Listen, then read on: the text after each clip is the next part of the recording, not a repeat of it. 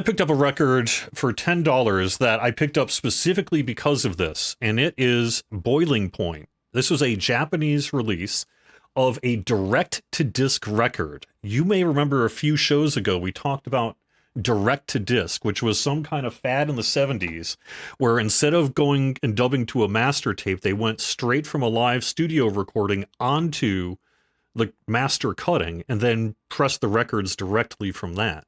So, well, press the masters that they would then press the records directly from that. And so it bypassed the whole tape mechanism and was supposed to provide superior audio. Where I encountered it was years later when they were doing Radio Shack upsell records, when they would try to sell you a realistic turntable and they'd say, and for $20 you can have one of the most amazing records you've ever heard. And of course it's not. It sounds like a regular record for the most part. But this is like the Bible of direct-to-disc recording, because this is a Japanese musician who I don't know how to pronounce his name, but something like Shoji Yokouchi. And he has no less than an essay about all the fine details of recording a direct-to-disc album, all of its pros and cons, why he chose it, and what it's all about. There's even diagrams of the recording studio process and all that in there. And he talks about how it's like the best method to record live music because it cuts out, the claim is, by bypassing master tape, the master vinyl has wider dynamic range than even recording studio master quality tape of its era. So in theory, they are claiming that the dynamic range of the master recording is more suited to audiophiles because it bypasses the mechanism of tape. And it's kind of funny though too, because there's also lots of audiophile bullshit in here. Like, for example, on the back it says, in the recording of a direct cut disc, no sound dynamics control equipment like a limiter is used. Therefore, compared to the case of conventional discs, a cartridge is required which can handle a much higher dynamic range. And they go on to say, basically, if your record starts skipping in that, it's probably your cartridge and you need to get a nicer cartridge. But that is not a thing. That is not actually a thing, you know? No. So that does not exist. So, and then ultimately there's the fate of direct disc recording is right away in one of the first lines here, which is recently a digital recording method called PCM, pulse code modulation, debuted. But he claims that the analog of this is better than the digital to PCM. But if you think about the fact, what happened, how did they bypass master tape? They went digital. And we've had digital masters really since the late 70s, early 80s. So a lot of our classic rock albums were actually mastered in digital, if it was like 82 or something like that. But are you talking like digital audio tape or no, digital recording. They actually had digital track masters and I think it was in wide use by about 82, 83.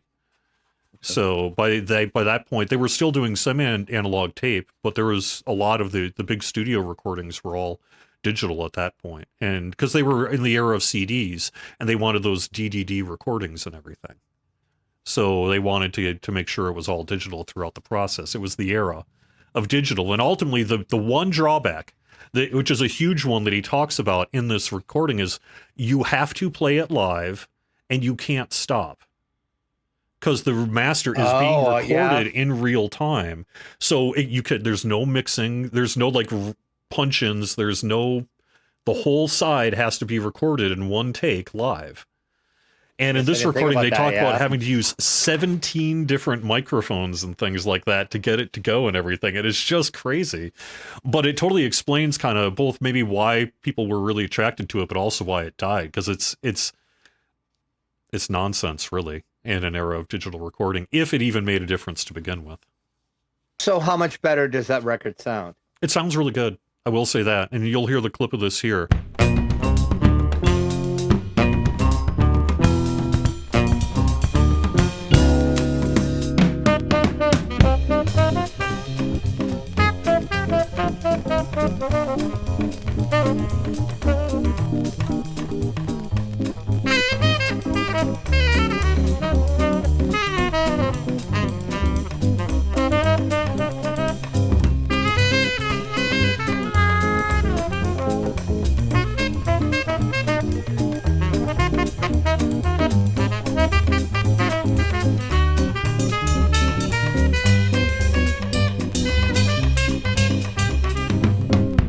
It's Japanese standards, kind of big band jazz is essentially Okay. what it is.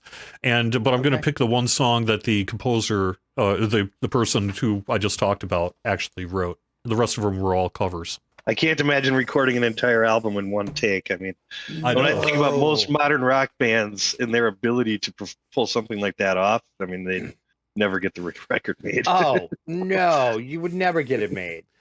So I'm pretty sure, and I'm speculating, but I'm pretty sure by the time you get to like my 1981 Radio Shack record, they were probably just all digital files, and that's how they did it. Because you tend to find a lot of direct-to-disc compilations, and obviously you can't record a compilation in live time, so they're probably just Right. digital files that they just popped one after the other, and they still can claim to have not used master tape, but, you know. Sure. Yeah. But It would be interesting to see if there is some fidelity aspect behind that of like the low range and the high range, and whether or not the tape would not have that range available to it compared to digital. yeah. I mean, I'm sure that is a thing, but it's probably falling outside of human hearing anyway, right? You would I guess I think. don't know how much. And you would think the requirements of the mixing and mastering people in real time, you'd have to be really good as well. Can you imagine trying to record like a punk band in real time and mix it correctly at the same time? It just Yeah, doesn't really work. no. So Yeah, no, there's no way. on the other hand, can you imagine how cool it would be if you were a punk band? You could just walk into a studio, live record, and have a master disc, a couple hours later. I mean, that's pretty hot too. So Yeah. Well, in this day and age, we kind of can. it's true. It's true.